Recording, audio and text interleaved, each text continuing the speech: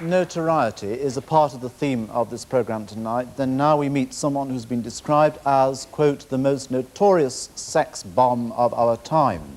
At 21, she married Peter Sellers, and since then she's shared her headlines, and a lot more besides, with Patrick Litchfield, Warren Beatty, George Hamilton, Ryan O'Neill and Rod Stewart. Ladies and gentlemen, Miss Britt Ekland.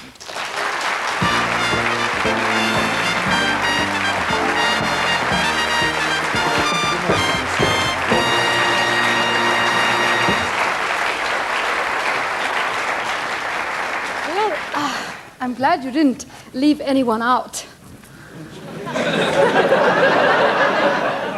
There's no one else left, is there not? Well, that's for you to know. It's for me to try and find out Yes. tonight, isn't it? Now, you're a survivor as well. We're constantly returning to this theme of survival. You've had quite a few knocks in your brief and glamorous life. Oh, bless you. Yes, it has been brief. But whereas John Stonehurst has been talking about the pain that he received from his notoriety... Did he not receive any money? I haven't finished the question. Oh. I suspect that you quite enjoy being in the headlines. I had no choice. I married at 21. I came from Sweden. I barely spoke English. You mean just... Yes, sorry. Were you going to say... I wasn't. All right, we'll leave that. I barely spoke English. I married a very famous person. And myself received instant recognition everywhere I went, instant fame. I became a personality without ever having done anything but, you know, marrying. But they say in the papers that if you become a personality, whatever that thing may be, that you only exist as a personality if you keep on appearing in newspapers. Now, is there any truth in that? Well, I'm not Jackie Onassis, so I don't know. I started out as an actress, and hopefully I'll end up as an actress. I mean, you know, I've done a lot of things in between. At this point in my life, I think I'm more of an entertainer. I put my fingers in more than one pot. Or pie? Yes, pie. But your ambition is to be one of the world's, or what your ambition was, is it still, to be one of the world's leading actresses? Maybe I was very young when I said that. It's not all that long ago since you said it. Well, maybe it is to me. I mean, you're now settled for something less than that, have you? I think we'll just have to settle to survive.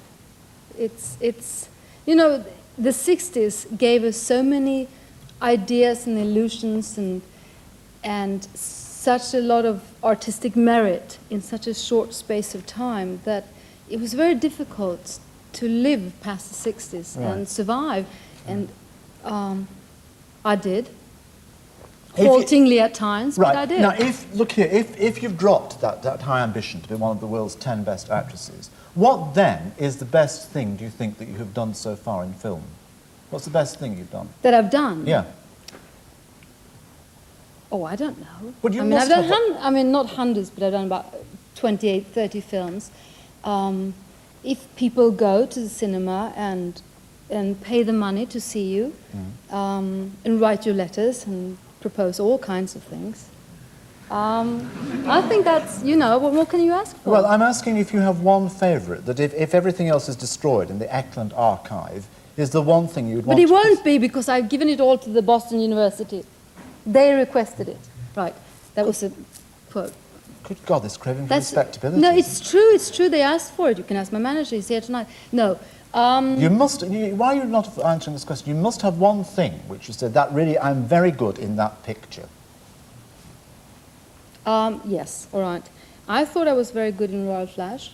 You probably didn't even see that. I probably even didn't. No. You probably even didn't. But, see, what's the point in talking to you about it? I'm afraid I didn't. No, they didn't show it to you in Wormwood Scrubs that No, I'm afraid they didn't. We didn't. Did you see any of my movies?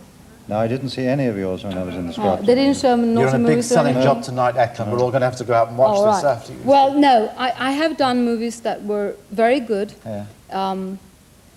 I thought the Bond film, because that was something that I wanted to do, okay? I went after it, I wanted to do it. You had a fabulous time doing that as well. Yes, and I was paid for it as well. And you took your nanny? And my 2 children, and a tutor. So that went my salary, but it was worth it. We went to Bangkok, to the south of Thailand, to Hong Kong, Pinewood. And a strange island as well, didn't you? Yes, With an one odd that name. looks like teeth that has been ground down at the Right, top. right. No, I mean, you know, sometimes you do things for certain purposes, but I wanted to be a Bond girl.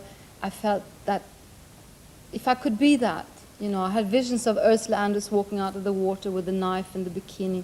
Of course, it wasn't quite like that. No, she has more to walk out of the water with, doesn't she? That's right. And her walk was longer than mine. The water but was short, not as deep. Now then, you had a traumatic experience, however, one morning, not far removed from John's experience, one morning when your accountant said to you, "Sit down, Miss Ekland.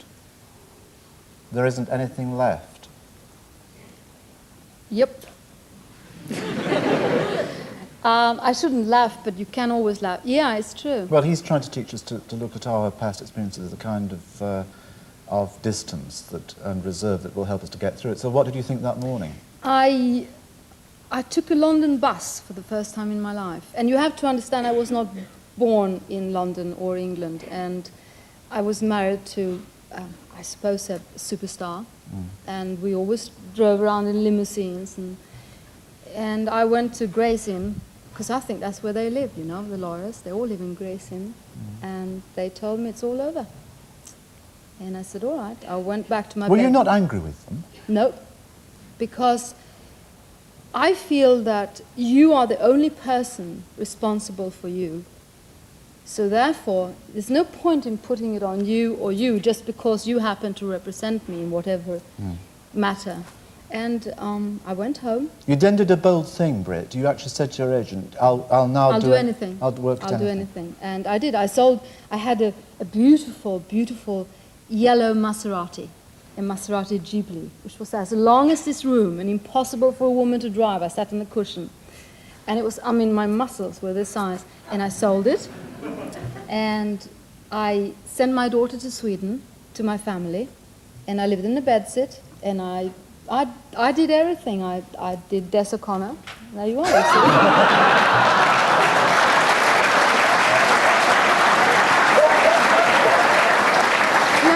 No, listen. Oh, you've blown it, kid.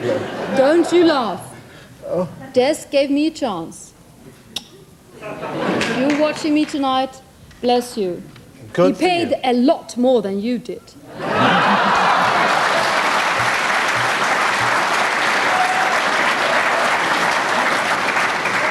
So, perhaps you delivered more to him than you did do. Hold on.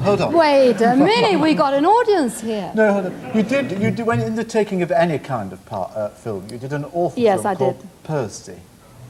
Well, why don't you ask Howell Bennett how he felt about it? He starred in it. I was only a guest appearance. It wasn't. It wasn't pleasant. No. But it wasn't unpleasant either. No. Well, shall we tell them what it was about or not? Shall you? Well, Percy, I guess.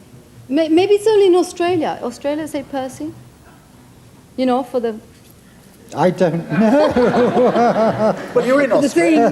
For the thing. No, it was about an organ transplant, yes. wasn't it? Yeah. And it was of course, in those days, it was much more controversial than it is today. Right. But then, I did a very good film, which I thought at the time was quite controversial. It was the first time I took my top off, called Get Carter, which really was the movie that got Michael Caine going again, because he when was... you took your top off? Yeah, well, it could have been. You know, I think to throw discretion right to the wind, that you are Yes. actually becoming a kind of Swedish Diana Dawes. This is meant to be a compliment, actually. No, that you've actually...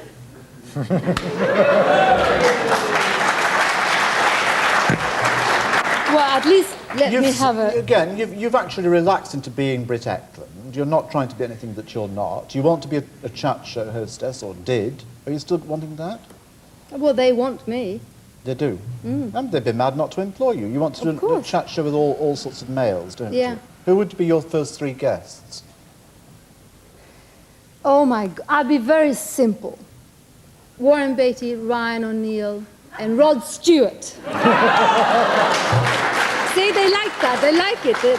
See, it's formula. Listen, Immediately I darling, got a success. You wouldn't need to ask any questions on that night in that programme because No, I know, you know all the answers. wouldn't you? And so do they. Absolutely. Meanwhile, Britt Ekland, thank you very much for joining us. Britt.